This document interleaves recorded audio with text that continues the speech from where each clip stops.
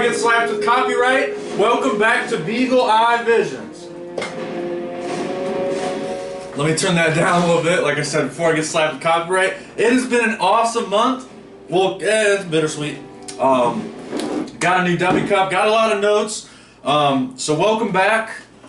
Welcome back. I appreciate it if you've made it this far on this journey. If you watched every single book review that Beagle Eye Visions has to offer, I appreciate you. But let's get into it. This month's, I already did this month's book, but today, November the 5th, this book is very special. I had to do an extra book review because this book is phenomenal. V for Vendetta, the graphic novel. A beautiful piece of art. Now, before I get into my notes, I will read a little excerpt, but we're going to get there. People shouldn't be afraid of their governments. Government should be afraid of their people. V. The novel begins with an introduction from each of the creators. My favorite is from the artist David Lloyd. So I'm going to read that little introduction for you guys right now. This is going to be a long book review, by the way, so buckle up. Alright, a few months ago I walked into a pub on my way home and ordered a Guinness. I didn't look at my watch, but I knew it was before 8 o'clock. It was Tuesday and I could hear the television in the background still running the latest episode of EastEnders, a soap about the day-to-day life of cheeky, cheery, working-class people in a decaying, mythical part of London. I sat in a booth and picked up a copy of a free newspaper someone had left in the seat beside me. I read it before. There wasn't much news in it. I put down the paper and decided to sit at the bar. I sat in a booth and it wasn't a busy night. I could hear the murmuring of distant TV above the chatter of the people at the bar and the clack-clack of colliding snooker balls. After EastEnders came Porridge, a rerun of a situation comedy series about a cheeky, cheery prisoner in a comfortably oppressive, decaying Victorian prison. Almost imperceptibly, spirits leaked from the optics of upturned bottles behind the bar. Droplets of whiskey and vodka formed and fell soundlessly as I watched. I finished my drink. I looked up at the barman, and the barman caught my eye. "Guinness?" he asked, already reaching for a fresh glass. I nodded. The barman's wife arrived and began to help with the trickle of customers' orders. At 8:30, following Porridge, came a question of sport, a simple panel quiz game featuring cheeky, cheery sports celebrities answering questions about other sports celebrities, many of whom were as cheeky and cheery as themselves. Jocularity reigned. I'll tell the barman about the leading optics, I thought. The 9 o'clock news followed a question of sport, or at least for 30 seconds it did, before the television was switched off and cheeky, cheery pop music took its place. That's hilarious. That makes me laugh. Because bars always have garbage pop music playing. It drives me nuts. I looked at the barman. "Just half this time," I said as he filled the glass. I solemnly asked him why he'd switched off the news. "Don't ask me, that was the wife," he replied in a cheeky, cheery manner as the subject of his playful targeting bustled in a corner of the bar. The leaking optics had ceased to have any importance for me. I finished my drink and left, almost certain the TV would be silent for the rest of the evening, for after the 9 o'clock news would have come The Boys from Brazil, a film with a few cheeky, cheery characters in it, which is all about a bunch of Nazis creating 94 clones of Adolf Hitler. There aren't many cheeky, cheery characters in V for Vendetta either, and it's for people who don't switch off the news. David Lloyd, 14th of January, 1990. And I really like, that was the, so David Lloyd actually created the story, or no, actually, let me make sure. I thought it said it in here in the beginning. I believe, well, I'm not going to speak on that. Oh no, so written by Alan Moore and the art was done by David Lloyd. I thought David Lloyd did the writing, but I don't like Alan Moore's introduction, honestly, but the writing in this book is flawless, and the art is even better. I know this book is I don't know if it'll keep. Alright, let's stay there. So, the people of London, here's a quote from the book, Getting Started. The people of London, that the Brixton and Streatham areas are quarantine zones as of today. It is suggested that these areas be avoided for reasons of health and safety, page 9. Doesn't that sound familiar? Didn't that sound familiar? 2020, anybody? The old scam, right? That we just lived through after 2020. Chapter 1, The Villain. We are shown two characters getting ready to go out. One, a girl, and the other, a masked man in the cover known as V. The girl leaves her apartment to make money by way that I cannot describe on this very increasingly restricting platform. It is revealed that the girl is only 16. She goes up to attract her first customer, but the man shows that he is a finger man. It's a group in V for Vendetta, this dystopian world. These guys are pretty much the police and punish with impunity. The so-called men attempts to violate Evie's rights but are stopped by V, thankfully, because these losers even threaten to kill her. If you have seen the film, you're going to hear that a lot in this review. If you have seen the film, you know that what happens next. Although there are a lot of differences in the dialogue, too many to list, the dialogue compared to the film is worth reading the novel alone. The art is gorgeous. Even if you don't view the film as allegory, it is well worth the read. So shout out to these amazing artists, Alan Moore and David Lloyd. Thank you guys so much for this beautiful piece of art, this beautiful piece of work. The first time I read, oh yeah, that's a good song. The first time I read this, I went to the library, so it was free. Check out your local library. A shout out to the local libraries all over the world. It's probably a Pokestop. And every library I've went to is typically filled with very, very nice and very sweet people that are always willing to help you out. After the explosion of Parliament, we meet Konrad Heyer, the head of the Eye, which is the surveillance division of England in this dystopia. Again, there's so many similarities between this dystopia and our modern world. There's a lot of video essays and video breakdowns of V for Vendetta I highly recommend. You be very wary and be vigilant when you check them out, because a lot of the times they're not going to hit as hard on the truth as we are here at Beagle Eye Visions. So the head of the Eye, which is the surveillance division of England, they tap phones, watch the cameras, much like our cell phones nowadays. We are constantly under surveillance, and I love how that is not even a conspiracy theory anymore. You know, it's a widely accepted fact that no matter where we go, even in America, it used to be like only in England. Back in the day, it started only in England. Like if you watch the allegory, Green Street Hooligans, England was like Big Brother, and now it's just all over the world, widely accepted. It's not even a conspiracy anymore that governments listen to us, they tap our phones, they watch what we're doing, they track our locations through the various applications. It's absolutely deplorable, and why has this been normalized? Absolutely ridiculous. Like I said, it's not even a conspiracy anymore, it's just an accepted fact. Let Edward Snowden come back home if he wants to. Of course, consent is important. The art direction in the scene is really good because it barely shows the head of the Eye, Heyer, H-E-Y-E-R, I don't know how to pronounce that. Hayer's face and more of his shoes to show his power and dominance, ending this chapter and beginning the second. It's like I said, it's a really powerful, really interesting scene. Excuse me. Ooh, I'm drinking some green apple dubby. It's absolutely delicious, and I just got done eating, so I just, my body's digesting. I just burped. Sorry about that. Please excuse my human qualities. I'm only human. Chapter 2, The Voice. Here we meet Mr. We're not going to hear that Coca-Cola advertisement. Here we meet Mr. Prothero talking to two bodyguards about one of his stories with underage girls. Right as he says the disgusting climax of the story, V breaks into the carriage, kidnapping Prothero. Well done, V. Well done, V. See, I knew that wasn't going to hold. Thank you, V. Interrupting this guy's horribly disgusting story. And I bet this is how the elites talk to each other, right? Trump is a PEDO. He's on the list, right? the famous list. Everybody knows what I'm talking about. He's on that list, and that's why they refuse to release any information about that list, by the way. But that's a whole nother rabbit hole.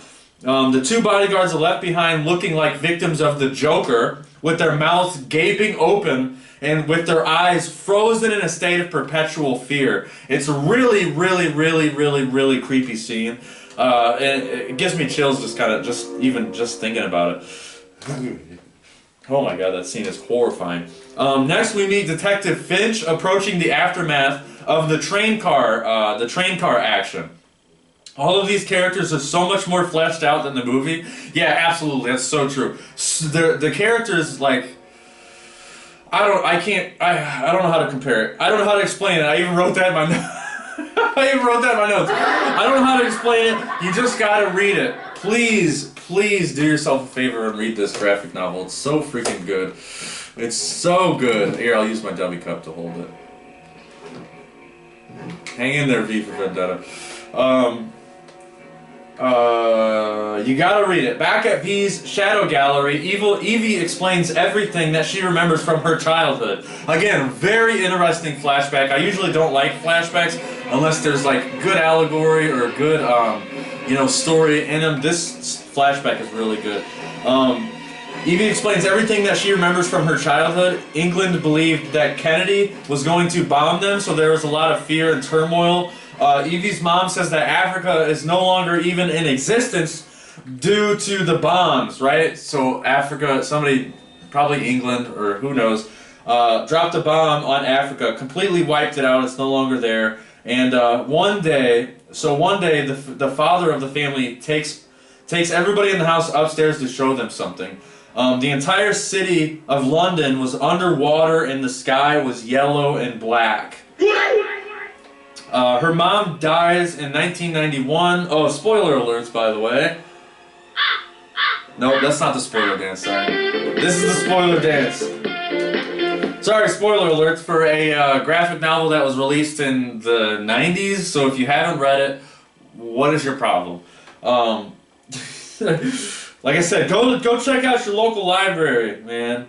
Where am I? His mom dies in her mom dies in 1991, and the city gets taken over by different gangs. Finally, a bunch of military men bring control and order in. They bring control in, and Evie says that they were scary looking. This is from the perspective of her as a child.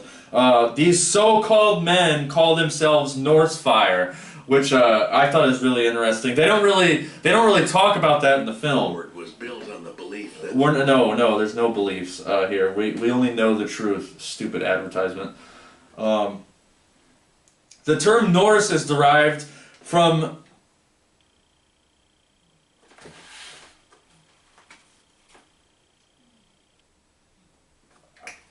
I can't read my own handwriting.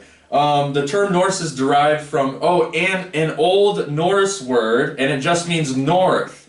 It is significant. It is a significant historical language that has shaped the linguistic landscape of Scandinavia. In the film, their symbol is the cross of Saint George combined with the Nordic cross. Hey, where's the music? Okay, it's like orchestra music, so there's like build-ups and breakdowns and that type of stuff. So Norse fire, or you could say the Northern Fire, began taking people away, and they would disappear, just like similar to 1984 or Brave New World, taking black Pakistanis and white radicals, even homosexuals. In 1993, Norse Fire takes her dad, and Evie is forced to work in a match factory with other children while living in a hostel.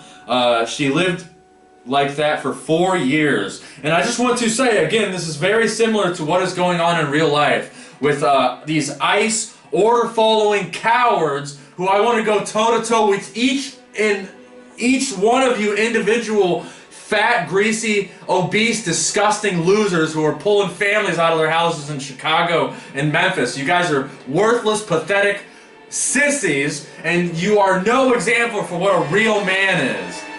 You guys are you guys are absolute jokes going into families, especially houses at 2 in the morning. This is still going on To this day, sorry I'm getting a little fired. I'm not trying to get fired up today, but it's disgusting that these deplorable human beings who think that they call these dudes call themselves men, and they're ripping out human beings and pulling them away from their families on their way to school and arresting them while they're at work. These people are not child traffickers. I don't care what they're at work. You think these people are working 10-hour days, building people's houses and working on their roofs, working in the hot sun all day, and then they're coming home from work and trafficking children? Are you stupid? But anyways, exactly what's happening in World War II. We are World War II with Crystal Knocked. We are repeating history, and it's absolutely ridiculous. This racist pedophile of a so-called leader in this fake-ass country of worthless slaves. It's absolutely disgusting, and I can't stand it. But anyways, let's get back to the let's get back to the book. Yeah, so they're taking the weak, right? They're taking the weak people first, and this is exactly what they did in World War II. They're taking the weak people in the middle of the night, locking them up and putting them in detainment centers, and then when people start waking up and realizing it's way too late because all the people who are really pissed off are locked away in detainment centers, who knows what they're doing to them. They're probably getting starved. Dealing with starvation. They probably have no energy to fight these worthless scumbags. That's what happened. This is exactly how it happened in World War II. 1993, back to the book.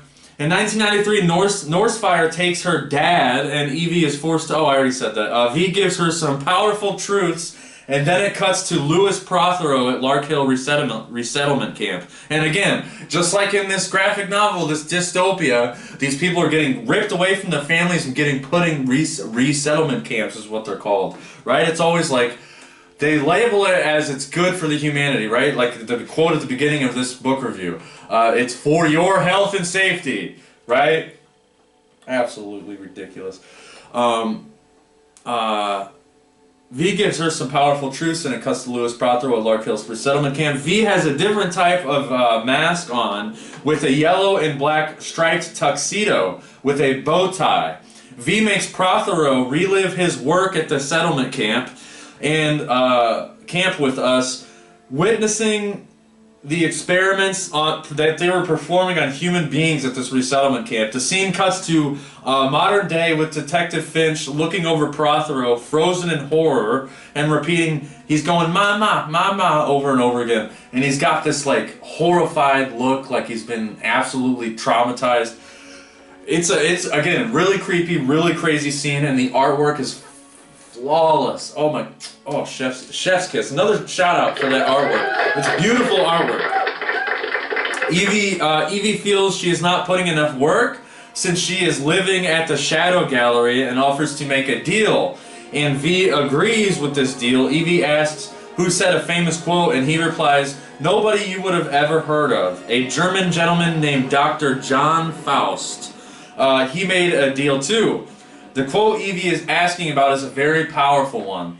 Vi veni versum vivis vici. By the power of truth, I, while living, have conquered the universe. Latin. And a direct quote from page 43. Yet again, if you've seen the movie, you know that Evie then visits the priest, and it's a very uncomfortable scene. Again, this priest is a creepy scumbag, showing what happens at the top of religion and religious sects. I'm not here to argue. It's been proven countless amounts of times, and I'm sure it still happens to this day. Go study the Vatican, and go study some of the scandals that have happened in the Vatican. And I'm thinking it's like 2005 to 2010 was a lot of these disgusting scandals with these disgusting. Again, people think these priests, look up to these priests and call them men. They are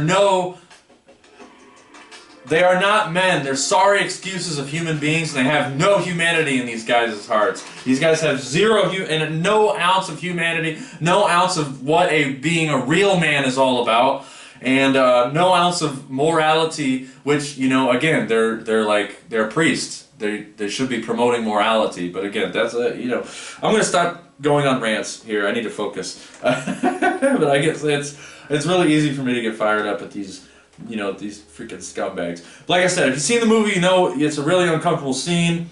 I'm sure it still happens to this day.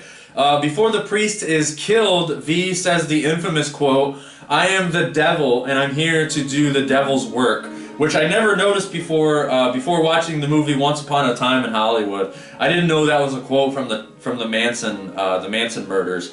One of the detectives at the crime scene says that Beethoven's Fifth is Morse code for V, and V in the song stands for victory, according to some sources. I'm gonna turn the music up and get a drink here because I got a lot more notes. We're almost no, we got a couple more pages left, and Squirt is gonna start barking for you guys while I take a drink.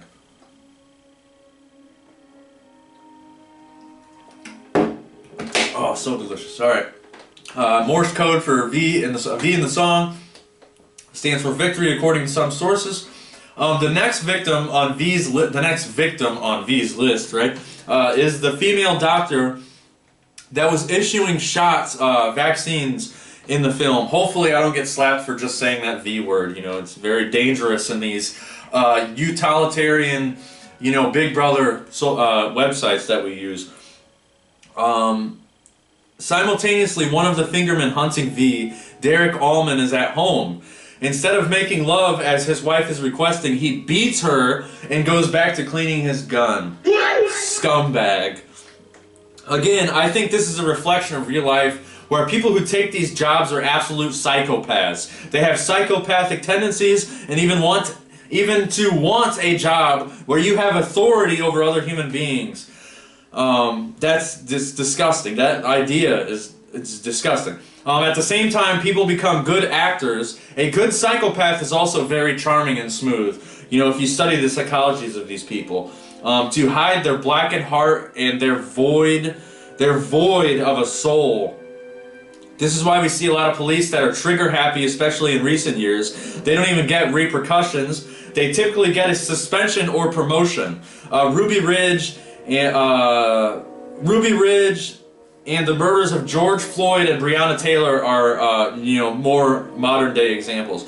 There have been reports of police using cameras throughout the city this is in real life, by the way, to spy on an ex-girlfriend that has found a new boy toy, another recent example. August 18th, 2024. Listen, August 18th, 2024.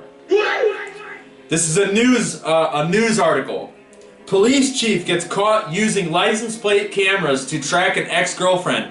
228 times this guy was using license plate trackers to track his girlfriend with a new boy toy. And first of all, what's the point? Like, okay, so you're split up, and your significant other is a human being who wants to have a little pleasure in her life, right? She has a healthy libido, and you're gonna track them 228 times? What do you get out of that? I saw you cheating on me, or I saw you with another man. Like, what do you really get out of that? 228 times. Again, the people who accept these jobs are absolute immoral psychopaths that have not 1 ounce or care for true freedom. The scene plays out pretty close to the film, but the movie is missing a huge piece of info. In the graphic novel, V asks the female doctor if she is scared, and she says no because she has been waiting for this moment for a really long time. The piece of information that is absent from the film is how the doctor goes on to describe the Milgram experiment, which is something I discussed in the Most Dangerous Superstition book review. A very, very, very good book review. I plan on retouching on that book again here in the future. I'm looking forward to it. So here, I'm going to read another section straight from the book here.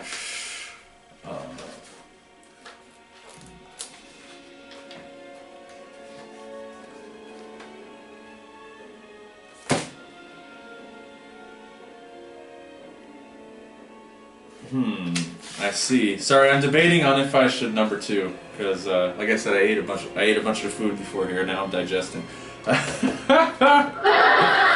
I'm actually, yeah, so I don't miss any information. I'm so sorry to do this, guys. This is a recording, so you can skip it. I know this is like kind of super unprofessional, but it's kind of uncomfortable. I'm sorry. I'll be right back.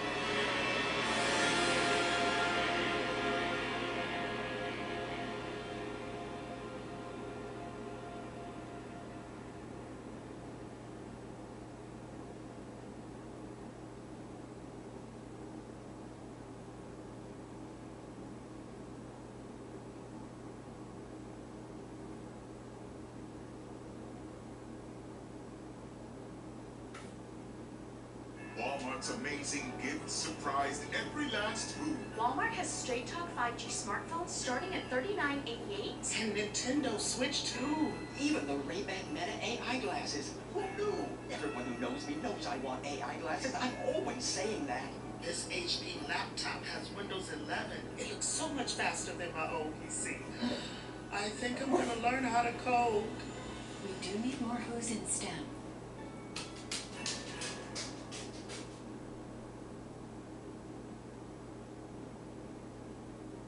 With 12 grams of protein per serving, Quaker is your ace in the bowl. Quaker, bring out the good.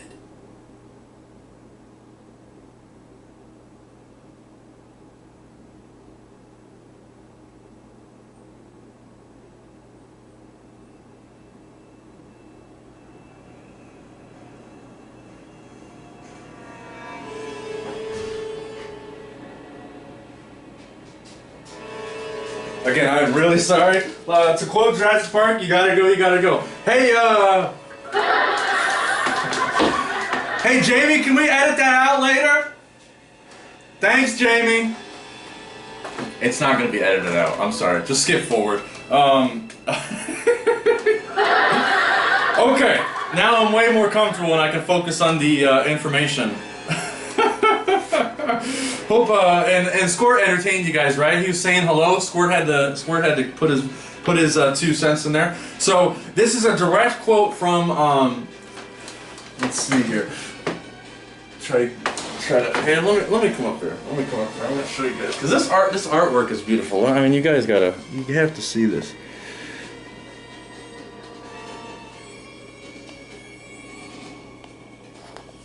This is awesome. Beautiful artwork, highly detailed. You're not gonna get this from AI, you know. You're not gonna get this detail from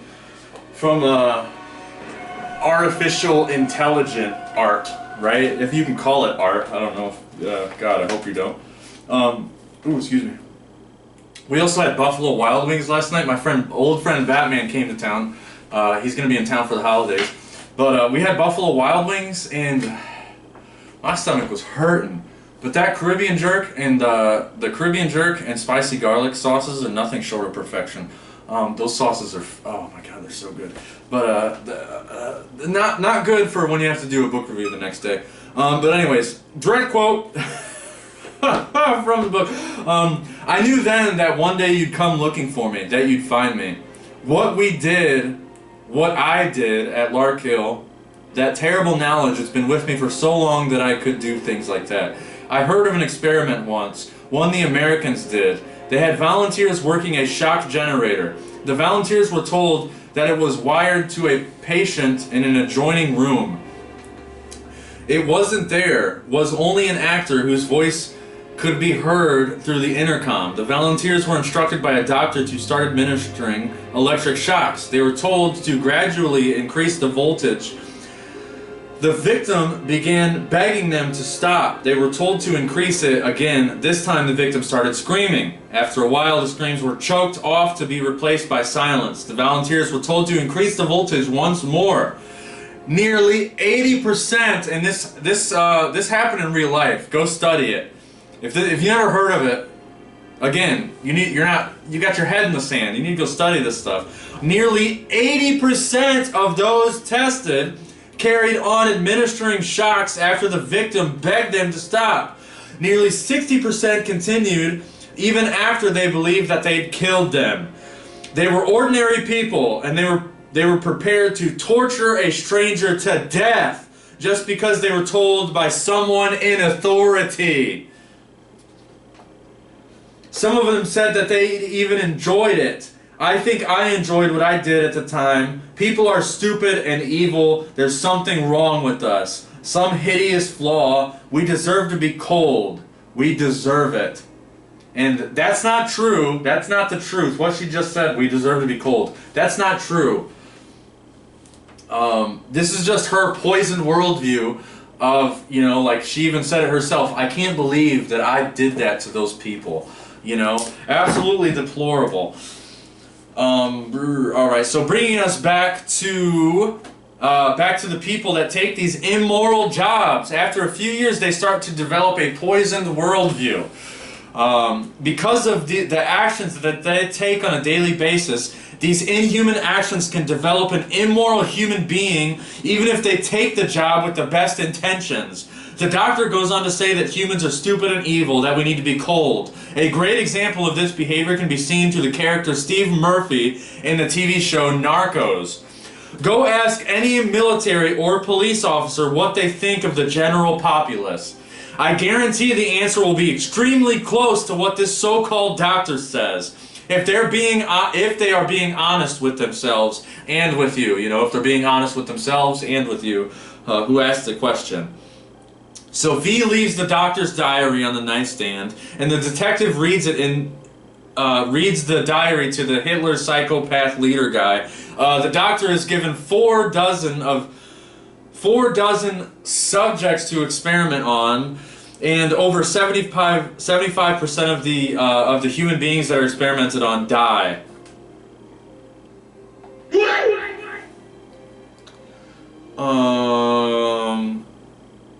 Through the dialogue, we get more of her poison worldview. The victims are, just like in war, the victims are dehumanized and are viewed as less than human. The injection they receive is called pituarin / pinarin. It's Pituarin, and then the other one is Pinearin. Really interesting. I didn't look that up at all. So before the first part of the book closes out, we see V watching a film in his personal theater while Detective Finch reads the diary to the leader. The setting is also Christmas time. Coming up soon, I love Christmas time. It's the most wonderful time of the year. Alright, we're almost done here.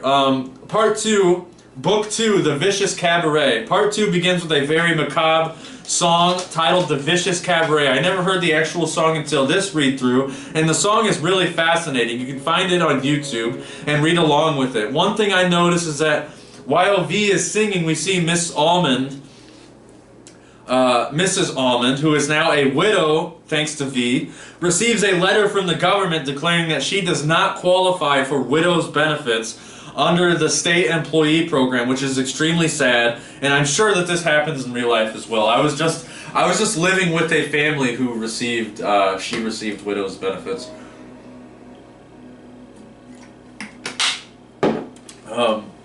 Excuse me. In fact, at the time of this recording, November 1st, the SNAP benefits for approximately 42 million Americans could stop on November 1st due to the government shutdown. Yeah, they call it a government shutdown, but yet we still have to pay taxes. They still rob our paycheck, every single one of our paychecks, and it's the government shut. Yeah, whatever. So stupid. Huge. Government shutdown's gonna be huge. Stupid ass racist pedophile. Oh my god. Here's another spoiler dance, because we're getting really deep into the book here. So Evie and V are dancing under a disco ball in the cabaret, and Evie begins to ask why V isn't attracted to her, and if he may be her father, showing that Evie has trauma she hasn't dealt with. Much like a huge majority of the world, they have trauma that they haven't dealt with. V puts a blindfold on her, leading her to what seems like a London street, and basically disappears, playing some sort of bizarre prank on her. It was a really weird scene. The art in Chapter 2, The Veil, is horrifying. We see the recent widow at her husband's funeral as she realizes that she is all alone, which is a hell of a realization. Being alone can definitely be a double-edged sword. I feel myself relating to the widow for some reason. Being in my line of work and talking about morality and natural law surprisingly doesn't grant you popularity.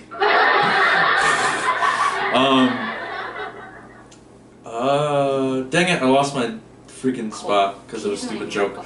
It doesn't grant you popularity. Like I say all the time, it goes to show what people really care about. When you talk about freedom and responsibility, people start getting scared and looking the other direction. People don't want responsibility. That's why religion was invented. Just to be a good person, and God will save you. Take you to paradise. Ha ha ha ha ha. How brainwashed of a person do you have to be to believe that, he's gonna come save us. He's gonna come save us someday, every Christmas. Oh, it's Jesus' birthday. Chapter 3 is where we see V break into the news station to give the people of London some truth bombs. Again, the way the scene plays out is so much better than the film. Also, his speech and the imagery he provides is absolutely amazing. In the graphic novel, we are led to believe that V has been shot, but we find out that it was another person. Squirt, watch out, dude. I'm not paying attention to you, brother. Moving my chair all around, walking around. Go lay down, Bubby. Also, the imagery that he provides is amazing. We think V has been shot, but we find out it's another person. Detective Finch punches the new leader of the Finger right in the face. The guy's name is Peter Creedy, and he is a character in the film. The leader then sends Finch on vacation as a punishment, basically, because you got to remember, this is taking place in England. And again, punch your boss in the face when you're a police officer or when you're working with these psychopath elites. These elite authorities. Again, you don't get demoted, you don't get fired, you get sent on vacation, right? Like so accurate to real life. Punches the new leader in the face. Skipping to chapter 9, Evie has a vivid psychedelic nightmare and wakes up in a cell. Wakes up in the cell shown in the film, flowing into chapter 10. Chapter 10 is titled Vermin. This is the chapter where we learn about the tragic story of Valerie and her Scarlett Carsons. I sat in bed and wept at this scene and what this character had to go through. It is a profound story that most women nowadays do not even hold a centimeter of care or courage to this woman. They don't even hold a candle to Valerie. That name makes me want to listen to Amy Winehouse, what happened to Amy Winehouse, which is another horribly tragic story. Whatever you believe, if you believe that she was you know, she was taken out, purposely taken out because she started speaking out against the system, against the evil inequities, or if, you know, if you believe that what happened was actually an accident. Either way, it's a tragedy, you know. V reveals to Evie that Valerie was a real actress who grew the roses, and we see this absolutely beautiful scene. Actually, this music is so synchronistic. This music plays in the scene where the real actress who grew the roses, and we see this absolutely beautiful scene where V tells Evie if she wants revenge on the man that killed her lover, all she has to do is pluck a rose and give it to V. Instead, she looks V in the eye, and she is about to pluck this divine-looking, beautiful flower, and she stops before she's about to pluck it, and she says, "Let it grow."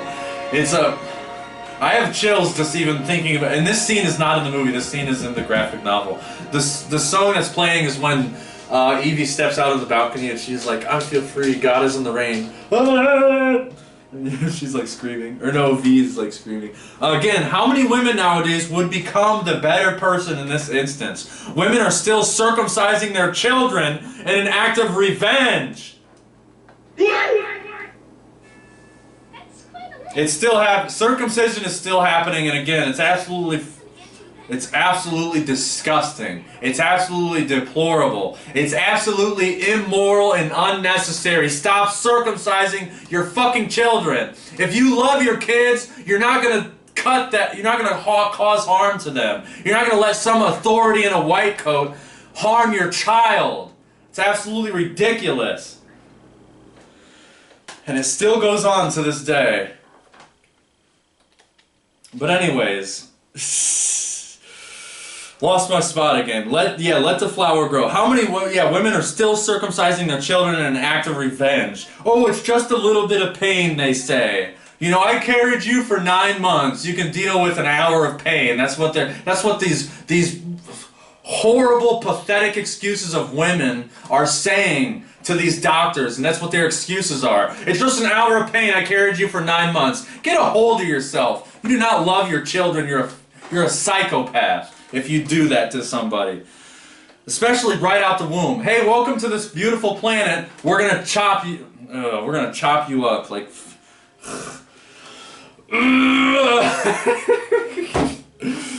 Okay, stick to the book, Henry. Stick to the book. Okay. Gandhi. Goose Fraba. And this song is really beautiful right here, so I'm gonna turn it up.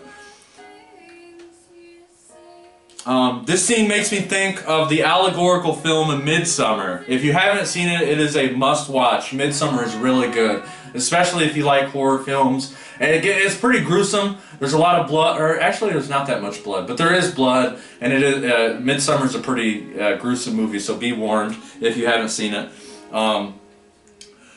Gender aside, how many human beings would let V take the person out and get revenge? Yeah, gender aside. You know, not trying to, you know, make blanket statements here. Gender aside, how many human beings will let V take the person out and get revenge? This is exactly why we need to study morality and natural law. Teach these principles to your children and we can all become better. Be better. Is it on this Dubby hat? Dubby, shout out to Dubby. Be better.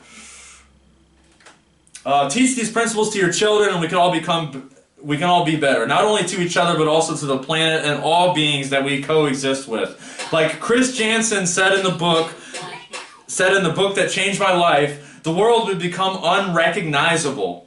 Book 2 wraps on the final dance, on one more final dance between V and Evie. Again, very beautiful art, very beautiful scene. The lighting in this artwork is amazing. I can't get enough of it.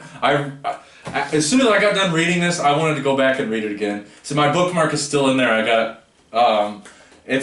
If you buy this modern day graphic novel, there's the last few chapters are on the artwork and what was going through the artist's mind. You know, it's called Behind the Painted Smile.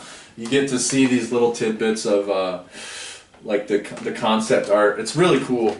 I highly recommend it. Get yourself a copy of this book. So, Book 3, The Land of Do As You Please. Another bomb goes off, destroying the eye and the ear in London, which is the Big Brother type of surveillance that we have today.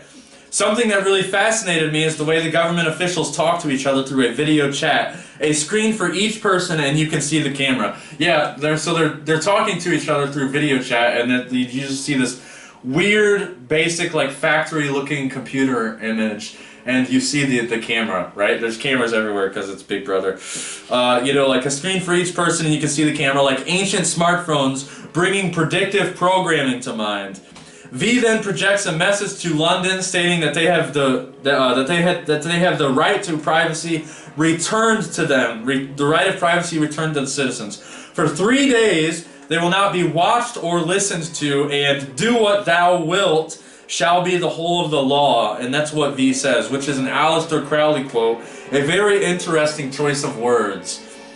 Aleister Crowley is very controversial. I know, very controversial, but I recommend studying. And I think I still have one of Aleister Crowley's book on my phone, and I started reading it, but I didn't get too far into it.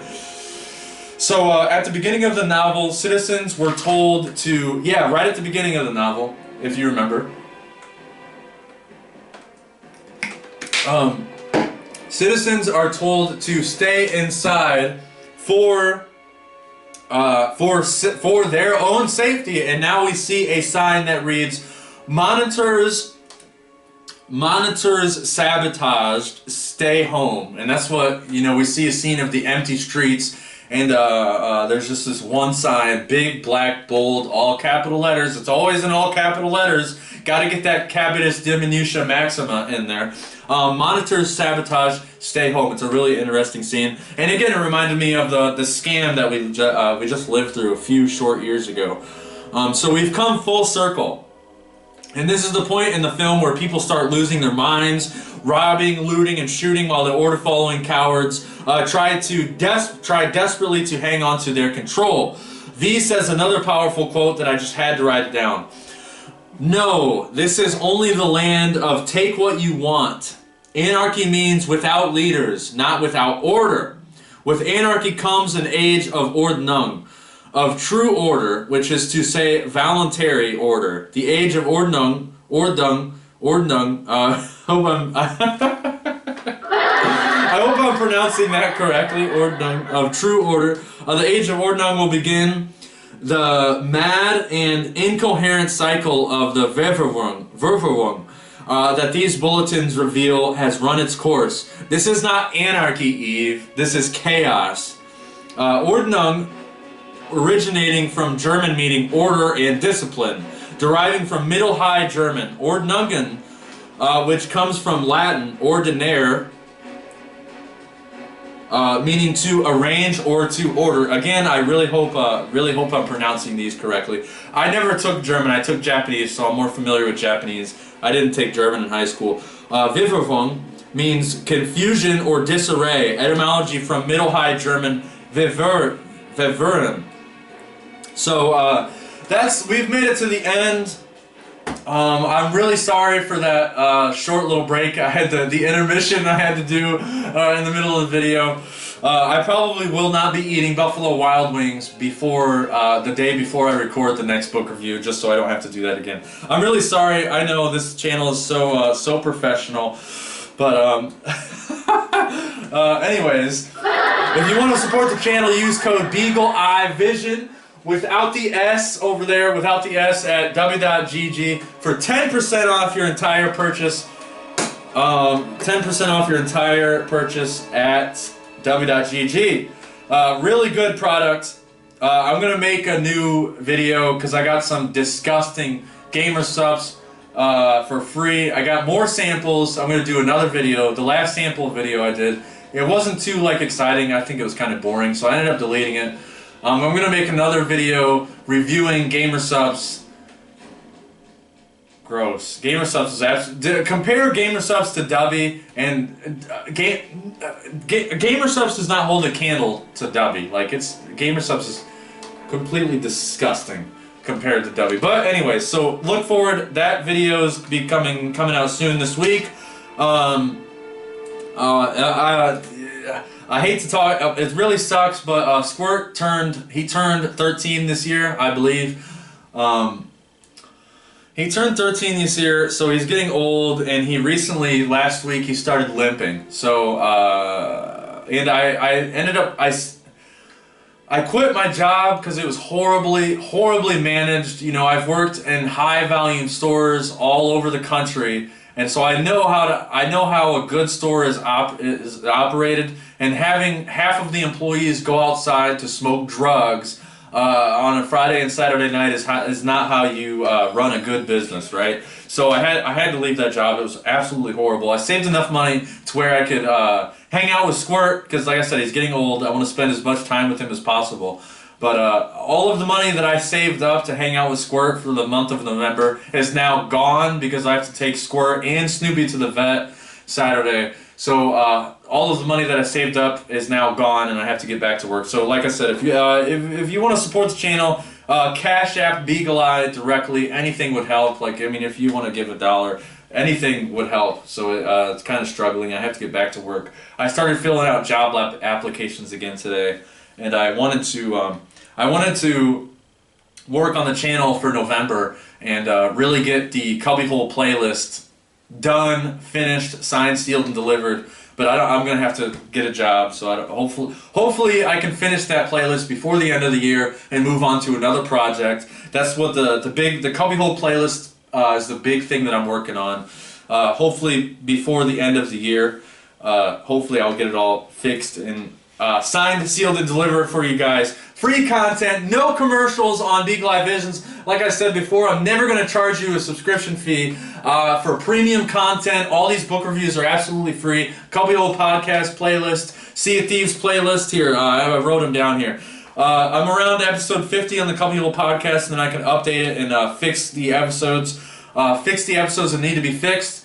I'll probably still play Fallout 4 for the new episodes, or I might still play Titan Quest. I don't know.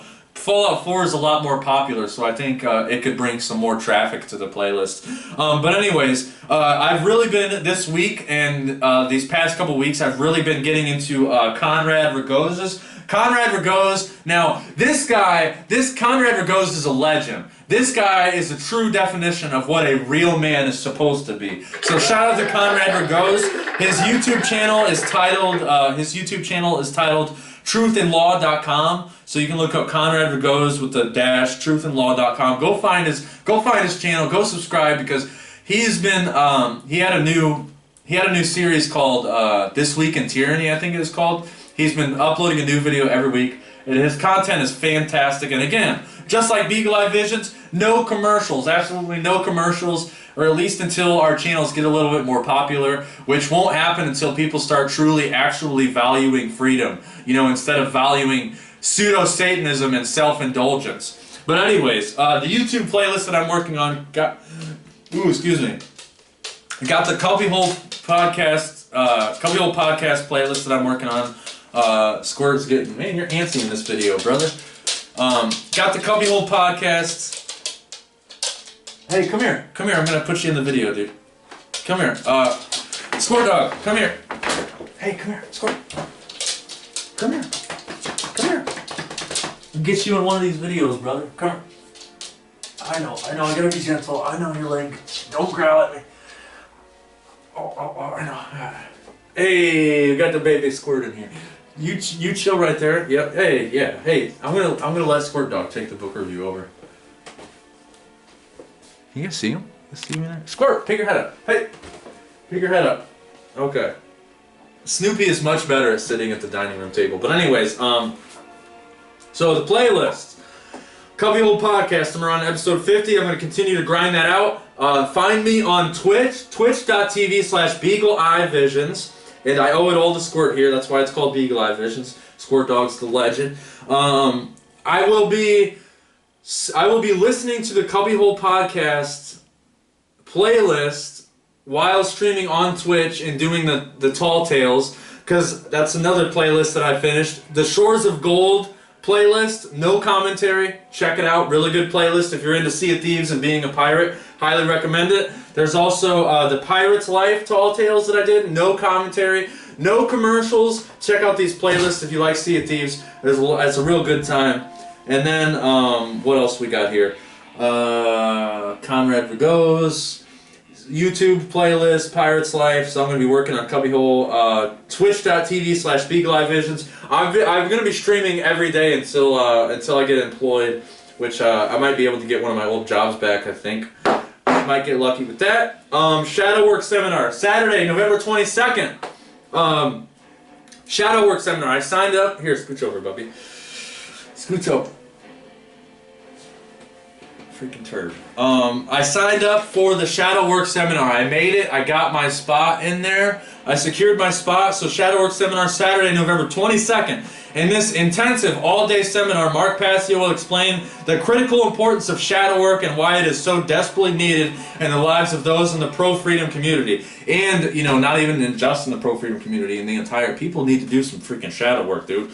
Study the dark aspects of yourself. I talked about that in the most recent book review of the book that changed my life by Chris Jansen. For the first time ever, Mark will reveal his very own personal method of shadow work, taking his guests on a deep dive into the difficult but necessary process of personal spiritual exploration and self-actualization for those wishing to go deeper in the inner work required for true freedom. The End of All Evil is going to be the next book review for December. This is going to be a nice, easy, short, sweet. It's less than 100 pages. So if you've never read this book, find it, download the PDF, donate $5 to Chris Jansen, and you can get this PDF for absolutely free. If you want to support somebody who talks about morality, you know, if you want, again, Chris Jansen's a real man. I love that guy. Love that man. Shout out to Chris Jansen. And then that will give me a head start for December. I think after doing the Shadow Work Seminar with Mark Passio, I'm going to start 2026 with the Trivium. I'm going to do a book review of the Trivium. I know it's been a long time coming. It's a really big book, but I think I've made it this far in my development. I've done enough shadow work that I'll be able to understand the grammar of the Trivium, which I probably already do, but I just haven't read that book yet. But so, finishing this book, I will record the book review before January 1st. Or no, this will be up before December 1st. This End of All Evil is going to be December 1st. And then I will start working on the Trivium, which is going to be a doozy. It's going to be a really long book review, just like this one. So look forward to that. For those of you who, for those of you who care like I do, shout out to you guys. And again, thank you so much if you have made it through my hiccups and my human digestive intermissions. I really appreciate you. So shout out to you. You're an absolute legend. Thank you so much if you made it this far. Give you a shout out to the audience. The subscribers keep growing, but I'm going to leave you guys up on the Vicious Cabaret song that's directly out of the graphic novel. So stay tuned, stay gold. I'm out of here. They say that there's a broken light for every heart on Broadway. They say that life's a game and then they take the board away. They give you masks and costumes and an outline of the story, then leave you all to improvise their vicious cabaret. In no longer pretty cities, there are fingers in the kitties, there are horns, swans and chitties, and jackboots on the stair. Sex and death and human grinding, monochrome for one thing down. At least the trains are on a time, they don't go anywhere. Facing their responsibilities either on their backs or on their knees. There are ladies who just simply freeze and dare not turn away. And the widows that refuse to cry, dressed in dark are ample time, be taught to keep their lips up high in this vicious cabaret. At last the 1998 show, the ballet on the burning stage, the documentary scene upon the fractured screen, the dreadful poem scrawled upon the crumpled page.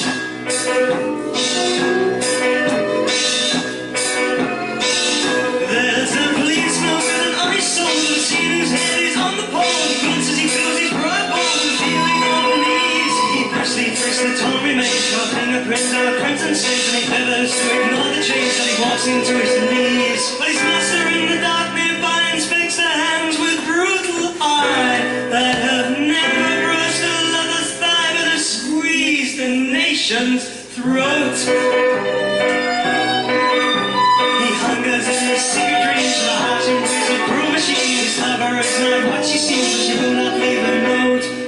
some 1998 show. The situation, tragedy. Grand opera stick with soap. Cliffhangers with no hope. The watercolor, the bloody gallery.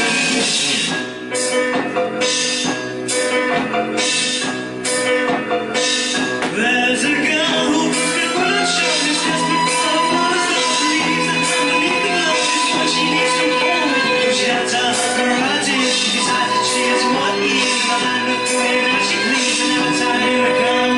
The backdrops peel and the sets give way and the cast get eaten by the play. There's a murderer at the matinee. There are dead men in the aisles. Patrons and the actors draw uncertain if the show is through. Sideline looks away the cue, the pose of mashless smiles. At last, the 1998 show, the Todd song no one ever sings.